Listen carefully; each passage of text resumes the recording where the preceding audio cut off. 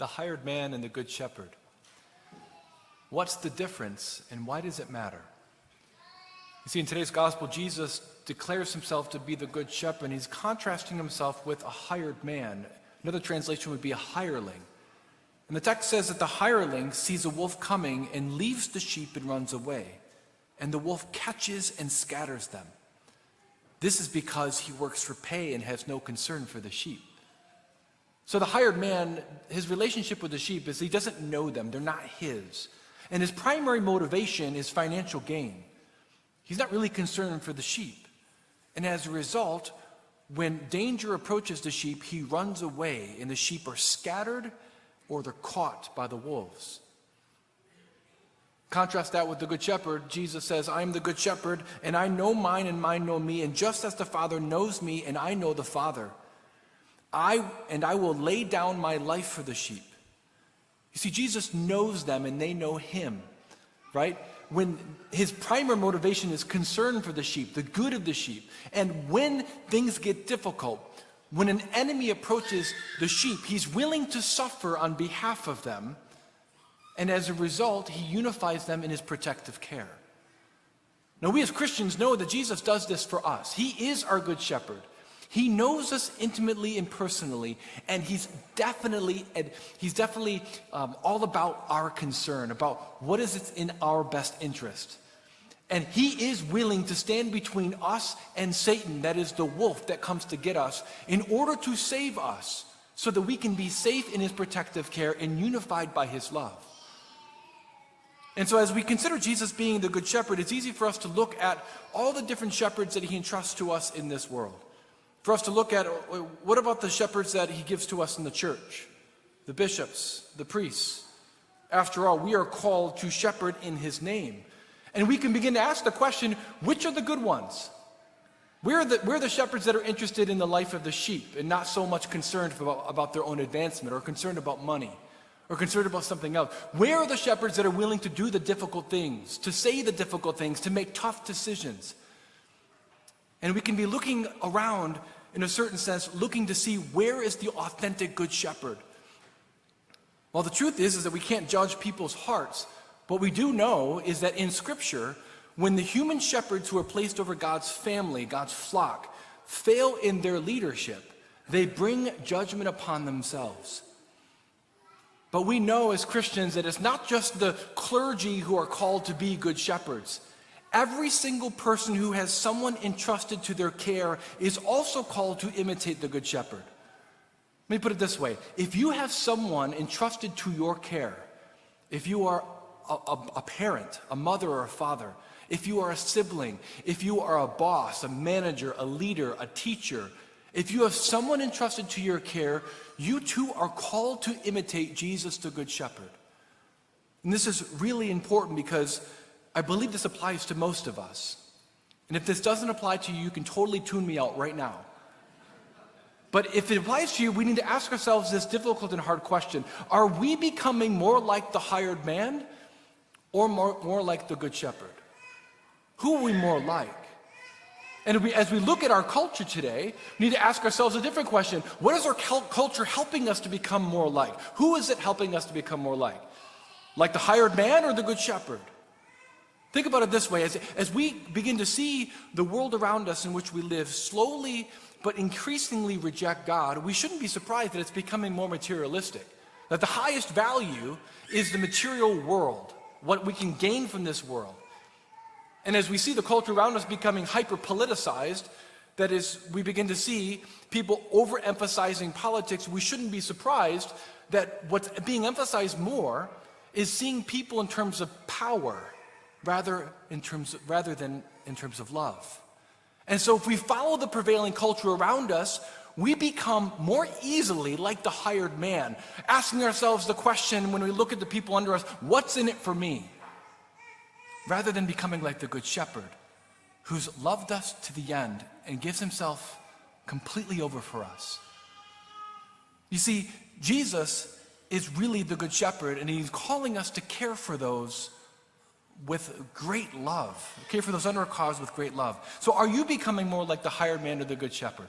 Let's go through those criteria again, thinking about the people that God has entrusted to your care. So think about the people that God has entrusted to your care and ask yourselves these questions. Let me ask you these questions about them. Do you really know them, and do they know you? Jesus, the good shepherd, knows his sheep. It's very hard to love someone that you don't know. It's very hard to know them unless you love them. Do you really know them? Or are they just simply not my responsibility? I'm just doing this for a wage. I'm just doing this for some self-interested thing that I'm getting out of this. And that's that second question is that, are you really concerned for their good? Are you really looking out for them and loving them for their best interest? Or perhaps are you only doing so because you're getting something out of it? You're getting some sort of personal benefit or personal advantage, such as money or such as recognition. Next, when trials come on account of loving them and caring for them, do you give into fear and run away and abandon your responsibility and abandon them to the wolves, or do you love them like Jesus, the Good Shepherd, willing to suffer for their sake? And finally, as a result of your presence in their life, are the people that you're called to care for scattered and given over to the wolves, or are they protected under your safe maternal and really paternal care and love? You see, the reality is that the real difference between the hireling and the good shepherd is that the hireling is doing it for his own self-interest. The shepherd is all about the interest of the sheep. One is about self-interest, one is about sacrifice, self-sacrifice. And the reality is that we can only often know the difference when trial comes in that person's life on account of that. So look at what happens when people experience difficulty and trial in the course of trying to love someone. And then you can begin to see what kind of motivation they have in their own heart. So think about, for example, your own life. When things get difficult, what are you tempted to do? And let me be vulnerable here. Like, I absolutely love being your pastor. I know there are some guests here, but I really love being your pastor. But I must be honest, being a pastor is difficult. I have to do very difficult things. I have to have hard conversations. I have to make tough decisions.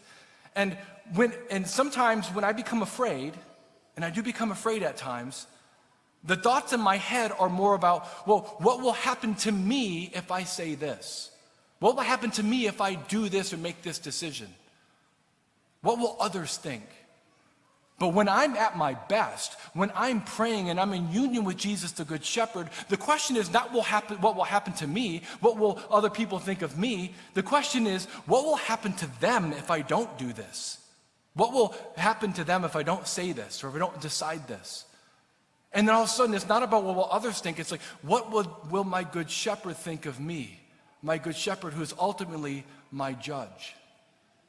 You see, the truth is that the courage that we need to really care for the people under our care has to come from love. If we do not love like Jesus, we will not have the courage to protect them like Jesus does. And this is why when the world so easily gives in to fear, it's not because they're afraid and we're not. We certainly face fear. The real difference is that the world does not know the kind of love that Jesus gives to them as the Good Shepherd. But we who are Christians, who know his courageous love in our own life, have the capacity to give that love to those whom we care for. This is a very, very important point. And so I want to encourage all of you who are going through difficult trials, especially the ones that come from caring for people. I want to encourage you. If you're going through a difficult time caring for the people that God has entrusted to you, if it's getting difficult, if it's getting painful, I want to encourage you with this. What if the very trials you're experiencing are not a sign of you being like the hireling, but a sign of you being like the Good Shepherd who's willing to stand between your sheep and the wolves that are seeking to eat them and to catch them? What if what you're experiencing right now, this resistance and this trial in your life, is a sign that you're becoming more like him and less like the devil? My brothers and sisters, I want to encourage you. God is calling us to be good shepherds like him. We can do this because he's done it for us. But be encouraged that sometimes it can be difficult. And today I pray that we as Christians will resolve never to look at the world to see whether or not we are loving. Never allow the world, who's filled often with people who are self-interested, often people who are cowards, to tell us what it means to care for the people entrusted to us. Let us keep our eyes fixed on Jesus, our good shepherd, our beloved, who's laid down his life for us, so that in response, we might be good shepherds after his own heart.